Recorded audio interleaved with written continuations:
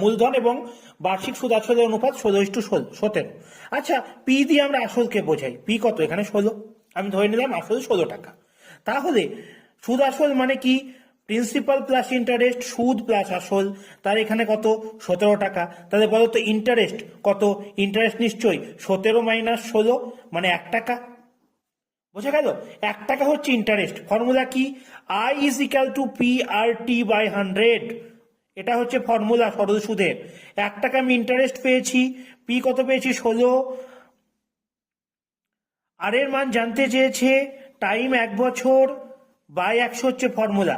তাহলে 16 আর is equal two 100, কোনাকুনি গুণ করলে আর এর ভ্যালু 100/16, 100/16।